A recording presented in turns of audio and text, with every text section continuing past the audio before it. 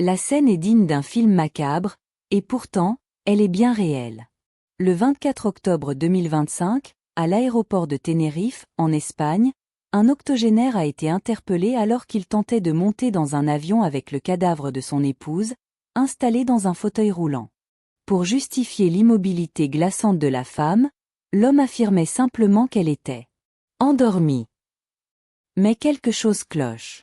En s'approchant du couple, des agents de sécurité remarquent rapidement que la femme, âgée de 75 ans, ne réagit absolument à rien. Aucun mouvement. Aucun souffle. Aucun signe de vie.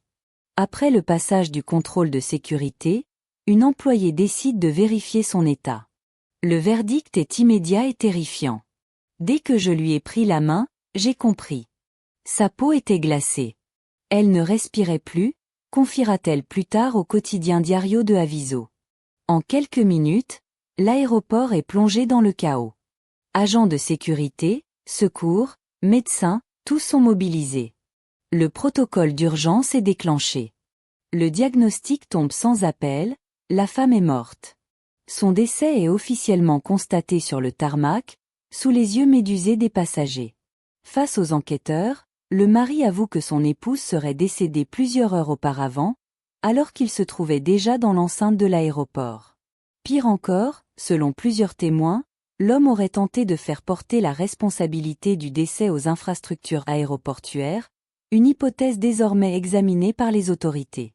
Incapable d'expliquer pourquoi il n'a jamais signalé la mort de sa femme, l'octogénaire a été placé en garde à vue. Une enquête est en cours pour déterminer les causes exactes du décès et établir s'il existe une responsabilité pénale. Ce drame glaçant rappelle un autre incident survenu quelques semaines plus tôt en Espagne. Sur un vol EasyJet entre Malaga et Londres Gatwick, une Britannique de 89 ans aurait été embarquée alors qu'elle était déjà morte. Selon des témoins, 5 membres de sa famille l'auraient aidée à monter à bord, affirmant qu'elle était simplement fatiguée. Ce sont finalement les hôtesses de l'air qui découvrent l'impensable, juste avant le décollage. L'avion est contraint de faire demi-tour, provoquant plus de 12 heures de retard pour les passagers. Des questions dérangeantes restent en suspens. Et une certitude demeure. Ces scènes, à la frontière entre l'horreur et l'incompréhensible, ont profondément marqué ceux qui en ont été témoins.